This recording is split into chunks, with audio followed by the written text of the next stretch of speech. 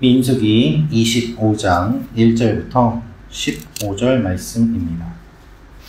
저부터 한 절씩 교독하겠습니다. 이스라엘이 시딤에 머물러 있더니 그 백성이 모압 여자들과 음행하기를 시작하니라.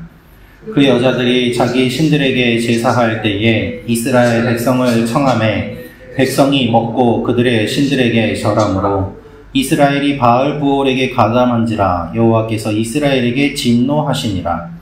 여호와께서 모세에게 이르시되 백성의 수령들을 잡아 태양을 향하여 여호와 앞에 목매어 달라.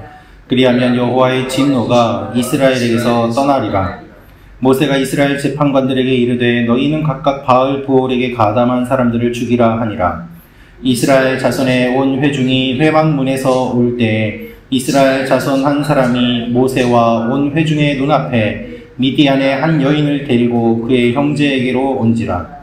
제사장 아론의 손자 엘르아살의 아들 비느하스가 보고 회중 가운데서 일어나 손에 창을 들고 그 이스라엘 남자를 따라 그의 막사에 들어가 이스라엘 남자와 그 여인의 배를 꿰뚫어서 두 사람을 죽이니 연병이 이스라엘 자손에게서 그쳤더라.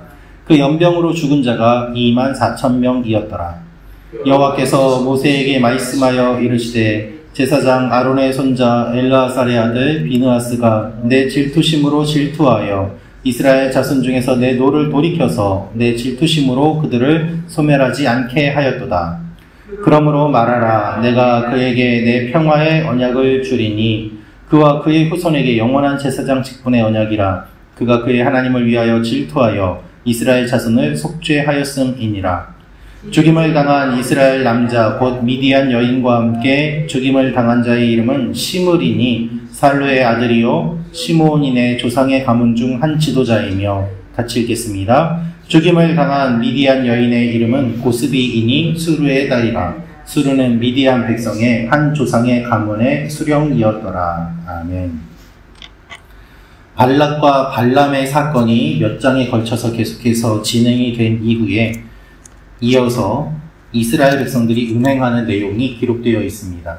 오늘 이 말씀을 통하여서 우리가 알 수 있는 몇 가지 내용이 있습니다.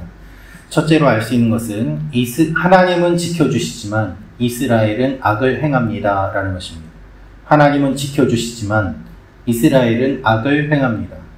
1절 말씀 제가 다시 읽어드리겠습니다. 이스라엘이 시딤에 머물러 있더니 그 백성이 모압 여자들과 음행하기를 시작하니라. 모압 왕 발락은 발람을 통해서 이스라엘을 저주하려고 하였습니다. 그의 시도가 3번이나 실패하였습니다. 하나님께서 막아주셨기 때문입니다. 하나님이 얼마나 많이 막아주셨습니까? 하나님께서 막아주신 이야기가 몇 장에 걸쳐서 등장하였습니다. 그러나 오늘 25장 1절 말씀을 보면 이런 하나님께서 막아주심과는 별개로 이스라엘 백성들은 너무나도 허무하게 악한 계획에 빠지는 것을 보게 됩니다. 이들이 모압 여자들과 음행하기를 시작하였다는 것입니다. 저주를 통하여서 공격하려고 하였지만 그것은 실패하였고 오히려 뜻하지 않은 곳에서 이스라엘 백성들이 자발적으로 음행을 하면서 하나님께서 막아주시는 것들을 수포로 돌렸다는 것입니다. 모압 여인들은 제사를 드릴 때 이스라엘 백성들을 불렀습니다. 2절에 그 여자들이 자기 신들에게 제사할 때 이스라엘 백성들을 청하였다고 되어 있습니다. 이방신에게 제사를 드리고 음행을 할 때 이스라엘 백성들을 불렀고 그들과 음행함으로 말미암아 영적인 타락과 간음을 하였던 것입니다. 따라서 단순한 음행이 아니라 영적인 간음을 한 것이고 이방신에게 제사를 드렸음을 미루어 짐작해 볼 수 있습니다. 여러분, 하나님은 우리를 열심히 지켜주시는데 우리는 오히려 악을 행할 때가 있습니다. 하나님께서 우리를 막아주시는데 우리가 그것을 허무하게 수포로 돌릴 때가 있습니다. 하나님이 문제가 아니라 우리가 문제인 것입니다. 유혹에 빠지고 우리의 마음의 욕심에 이끌리고 우상을 섬기는 일들을 통하여서 하나님이 진노하시는 일들이 일어나게 되는 것입니다. 하나님은 오늘도 우리를 지켜주십니다. 우리가 그것에 바르게 반응하기를 원합니다. 깨어서 기도함으로 하나님의 돌보심에 참여하는 여러분과 제가 되기를 원합니다. 두 번째로 알 수 있는 것은 비느하스가 하나님의 징계를 막아섭니다 라는 것입니다. 비느하스가 하나님의 징계를 막아섭니다. 7절부터 9절 말씀 다시 한번 읽도록 하겠습니다. 시작.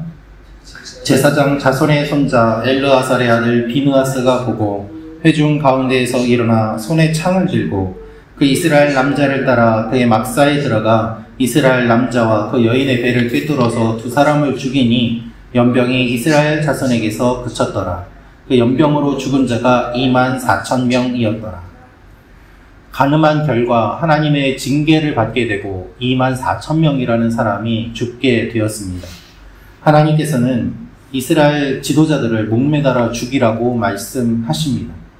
그런데 이렇게 심각한 상황 속에서도 이스라엘 자손 중 한 사람이 모세와 회중의 눈앞에 미디안 여인을 데리고 오고 막사로 데려가서 성적인 관계를 맺게 됩니다. 너무나도 당당하게 이 일을 저지르는 가운데 비느하스가 일어나서 따라가게 되고 이 사람들을 창으로 꿰뚫어 죽였더라라고 되어 있습니다. 상황을 미루어 짐작해보면 두 사람이 성적인 관계를 맺고 있을 때 창으로 동시에 죽였음을 우리가 생각해 볼 수 있습니다.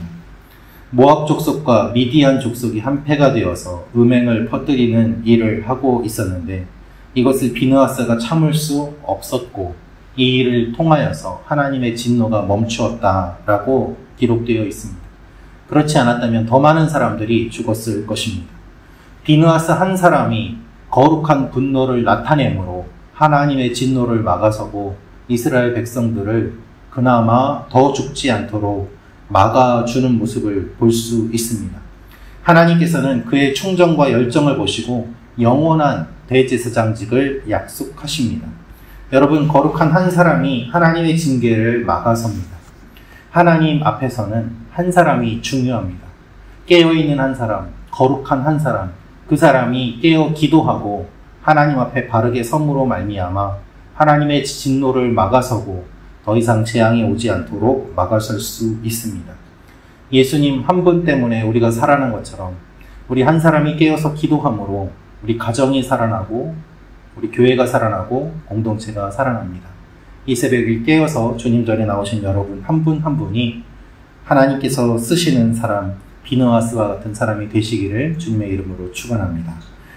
마지막으로 알 수 있는 것은 지도자가 중요합니다 라는 것입니다. 지도자가 중요합니다. 14절, 15절 말씀 다시 읽도록 하겠습니다. 시작. 죽임을 당한 이스라엘 남자 곧 미디안 여인과 함께 죽임을 당한 자의 이름은 시므리니 살루의 아들이요 시므온인의 조상의 가문 중 한 지도자이며 죽임을 당한 미디안 여인의 이름은 고스비이니 수르의 딸이라. 수르는 미디안 백성의 한 조상의 가문의 수령이었더라. 아멘. 역겨운 범죄 행위를 저지른 두 사람이 어떠한 사람인지 성경은 분명하게 기록하고 있습니다. 그들의 신분을 보면 이스라엘 남자는 시므온 지파에 속한 시므리인데 그는 지파의 지도자였습니다. 미디안 여인의 이름은 고스비로 이 여인의 아버지는 두령, 즉 리더였다고 이야기를 하고 있습니다. 두 사람은 지도자 가문의 사람이고 권세 있는 가문의 자제들이었습니다. 그런데 이들이 영적인 범죄를 일으키도록 하였다는 것입니다. 왜 성경이 이들의 직분과 가문을 이렇게 기록하고 있을까요? 그 책임을 영원히 남기기 위해서입니다. 내가 지도자인데 누가 나를 뭐라고 하겠는가, 이런 생각으로 당당하게 사람들 앞에서 음행을 저질렀던 이 두 사람이지만 하나님께서는 진노를 쏟으셨고 이들이 어떠한 일들을 저질렀는지 분명히 성경에 남기셨습니다. 그래서 지도자들에게 경각심을 갖게 하십니다. 여러분, 지도자를 위해서 기도해야 합니다. 지도자는 오히려 더욱더 겸손해야 합니다. 음행을 저지르지 않도록, 우상을 저지르지 않도록 깨어 있어야만 합니다. 악이 아니라 하나님을 섬기도록 백성들을 이끌어야 합니다. 그러한 지도자가 어느 곳에든지 필요합니다. 우리 가정에서는, 교회에서는, 나라에서는 어떠한 지도자가 어떠한 모습으로 있는지 기억하고 하나님께서 원하시는 지도자들을 세우시도록, 또 지도자들이 깨어서 하나님이 원하시는 일들을 하도록 기도하는 여러분과 제가 되기를 원합니다. 이 아침에 같이 기도하며 나아가는 여러분과 제가 되기를 원합니다. 기도하겠습니다.